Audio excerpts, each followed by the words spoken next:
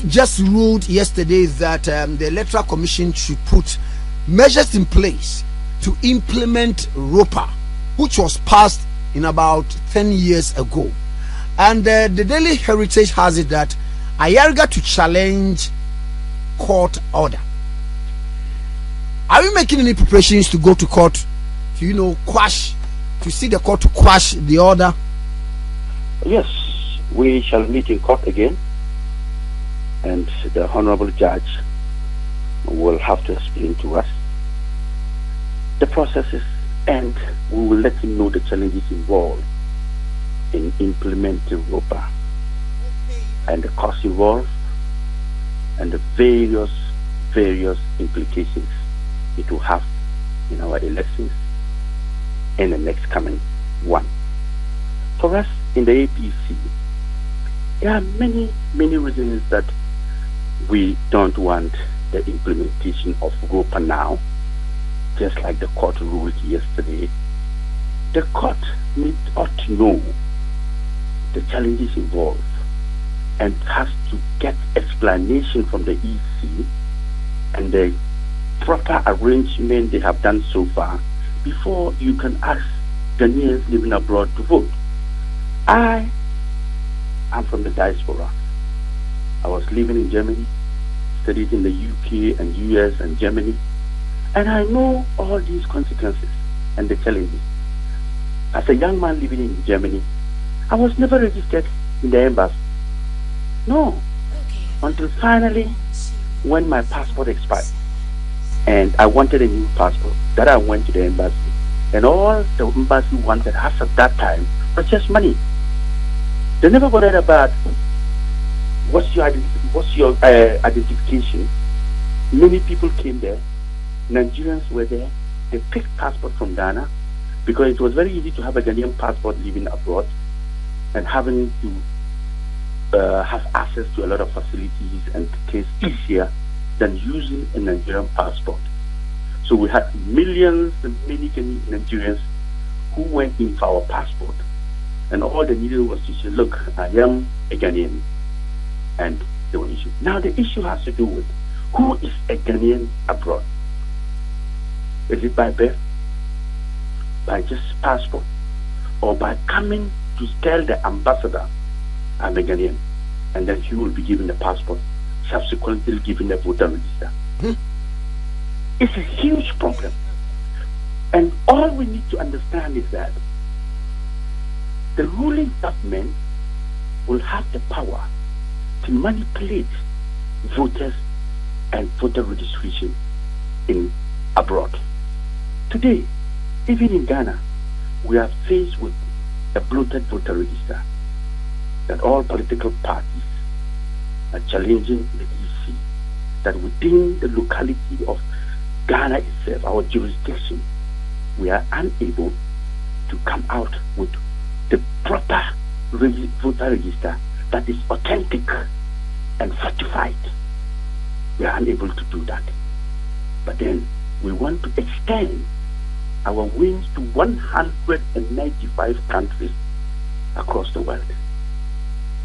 Even within the locality, we have a problem of police stations and materials going to the police stations and proper voting material arriving at the right time of voting period. But we say no. We have overpassed, or we have overpowered all those challenges. Now we want to extend our wing, not to one country, not to two, and not to three, but 195. Oh, Mr. Court, or Madam, Mr. Judge. But the judge in his ruling, sir, the judge in his ruling told the Electoral Commission to go and then prepare a roadmap to the implementation of this ROPAA. So why can't you wait till they present it to the court as to how they are going to implement it before maybe you go to court, that maybe there are hinges here and there that need to be addressed? If that wait, why then did the judge give judgment that go and do it before 2020?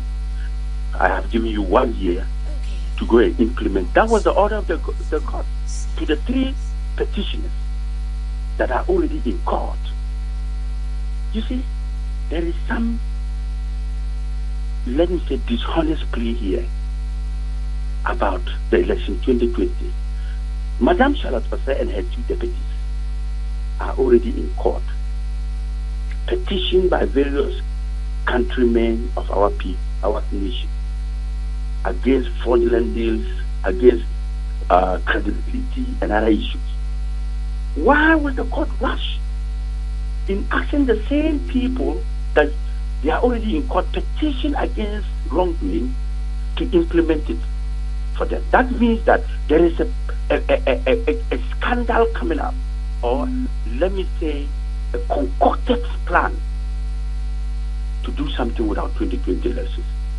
I would have hoped that the judge waited for the ruling of the petition, whether they are found guilty or not, before this. Now, what it means is that the NPP, the very good people, the smart people of our nation, the smart political party of our time, have already put various plans in place to make sure that they win 2020. So they push this for the court to give an order, so that when Madam is impeached, it is very easy for them to put anybody who can equally run the EC in their favor. Now, let me tell you, who determines who is a Ghanaian abroad? The ambassador. The ambassador has the right to register as many people they want abroad. All they need to do is to get ghost names, passports, voter ID cards, and give it to various people to come and vote for them. And it's very easy. Already, we have been told by the current government and their ambassadors that they will first take the interest of NPP before Ghana. So that means that we will be having a voter register abroad that will be more than what we have in Ghana. That is the alarming issue. Because if they come up with the voter register of 10-15 million people in Ghana, who is going to challenge them? Because they have their ambassadors working for them in their interest, not the interest of Ghana. Don't forget, they have made it clear that they are working in the interest of Ghana themselves, the NPP party, not the interest of Ghana first. So whatever they are going to do will be in their own interest to make sure that they get a voter register that will make them stay in power forever until God intervenes. If not God, they will do everything possible to remain in power. And these are some of the things. So I'm now beginning to believe that the petition of Madam Charlotte Osei alone is giving them a room to put up dubious plans of winning 2020 elections again. Now, how do you determine those who are? Let's even assume it's good. Let's assume that it's good, all things being equal. It is good to implement ROPAA. How do you determine, or how are you going to handle those with dual citizenship? Are they also going to vote or not? Do we have a database in this country that we can say we have 27 million Ghanaians, 13 million are voters, 14 million are not? Do we have that database that captures every Ghanaian living in Ghana, not to talk of Ghanaians living abroad? So we cannot determine who a Ghanaian is. Even in Ghana, it's a problem. We have people coming from Togo with voters ID card to vote for Ghanaians, presidential candidates and parliamentary candidates, and we have many coming from other countries. We are unable to solve those challenges. Now we are talking about importing extra challenges that will bring this country to a standstill. Let us first and foremost. But sir, why can't we believe the capacity of the Electoral Commission that they can handle things in a manner that will not plunge the country into chaos in terms of elections? By way that maybe they can even delegate the various electoral commissions in the countries to supervise it for us. First of all, are we able to manage one country, Ghana alone, not to talk of 195 countries in the world? That's a question. That's a simple question. Are we able to manage just Ghana alone? We are unable to do that. The EC does not have the men and women to manage. Already, even the commissioner and commissioners, deputy commissioners, are already in court. battling of their credibility and level of allegations against each other. We are unable to finish to get these issues proper settled, and we are looking at a perfect system when we don't even have a perfect system in Ghana. NDC is complaining the register is bloated, NPP says the register is bloated, APC says the register is bloated. We don't have a database to collect all this. First of all, let's put first things first, a data system that will be able to give us accurate number of Ghanaians in the world and in Ghana itself. When we are done with that, we proceed gradually. Do you think that there is an ulterior motive by a certain group of persons, that they are requesting the Electoral Commission to implement it? Yes, it is a ploy that first of all, let's give the ruling.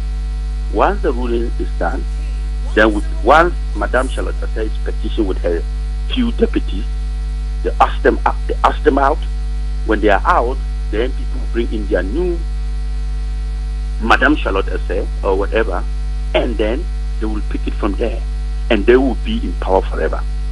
Because look, if we come out, if the MPP comes out with 10 million Ghanaians abroad, can you challenge them? Do you have the database to challenge it? Is the APC going to put polling stations in various countries? That means, don't forget, the number of polling stations we have in this country is the same. We are going to even have more polling stations abroad than in Ghana. Germany is bigger than Ghana. So if you're going to have polling stations, that means they have to have polling stations in various cities in Germany.